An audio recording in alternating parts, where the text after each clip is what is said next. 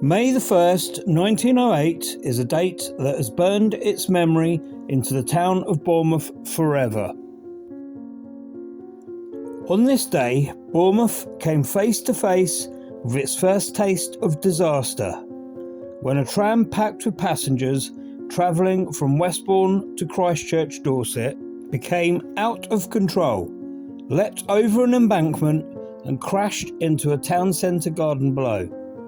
7 people lost their lives and many others were seriously injured.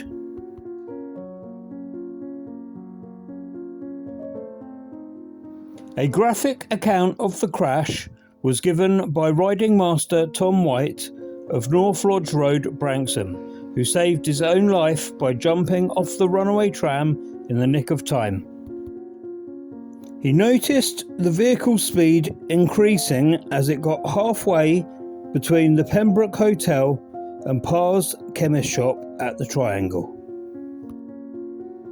As it did not stop at Parr's, I began to think something was wrong, Mr. White told a reporter from the Bournemouth Daily Echo. I was on the top of the car and soon found it was running away, so I rushed down the steps for the purpose of jumping off. By that time, the speed had further increased, and the car had got past the shop of Mr. Top Butcher in the Triangle at the next bend. I jumped and a gentleman steadied me when I reached the road. We saw the car wobble round the next corner at an awful rate, and we expected to see it go over the bend near Mr. Robson's shop, but the car righted itself and continued down Avenue Road. We ran down the road and saw that the car was going faster than ever. I was going down the incline at fully 20 miles an hour, although the gentleman who steadied me when I jumped estimated the speed being greater than that when I got off. As it got down the road, the speed increased to a terrific rate, and just on the next bend, the car seemed to shoot almost off the metals and dashed into the rails of a garden.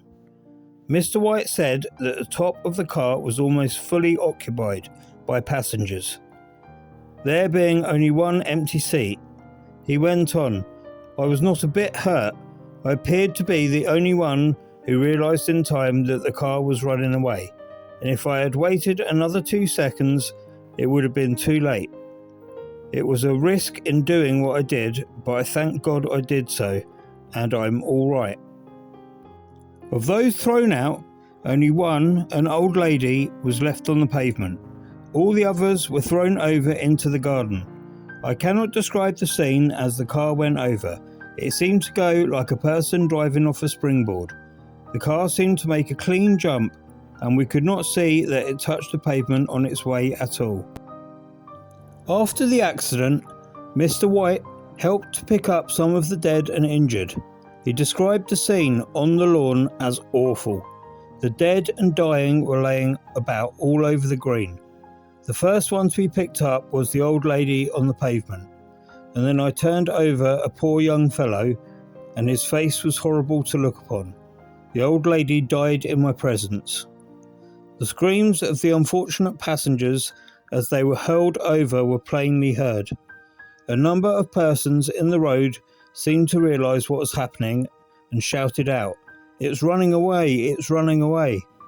I don't know what made me realise what must occur, but I did so, and although it was a difficult thing to do, when I jumped, I made the best of it.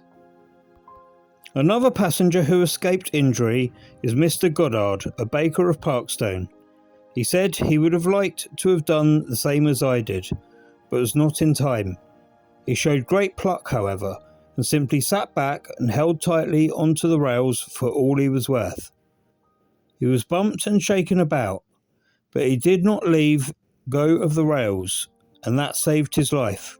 I think if others had done the same, the number of killed would not have been so many, as the dead and injured are those who were lifted clear from the car onto the garden. Mr. White added that the sight of the car and the unfortunate passengers being held over the railings was one he would never forget.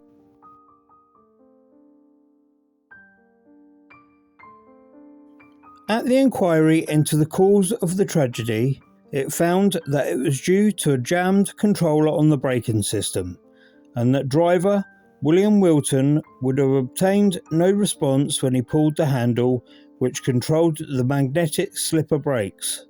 This meant that the brakes were not magnetised and therefore not attracted to the rails. The inquest jury recorded a verdict of accidental death on the 7 people killed in the crash and exonerated the injured Wilton from all possible blame. We recommend more practical supervision should be exercised over repairs, and no cars should leave any depot unless properly and fully equipped, added a rider from the jury. Many safety procedures were put in place because of this accident. Unfortunately, this would not be the last time Bournemouth would see tragedy and disaster, but that's another story. Thanks for watching. If you've enjoyed watching this video, don't forget to leave a like, subscribe and comment.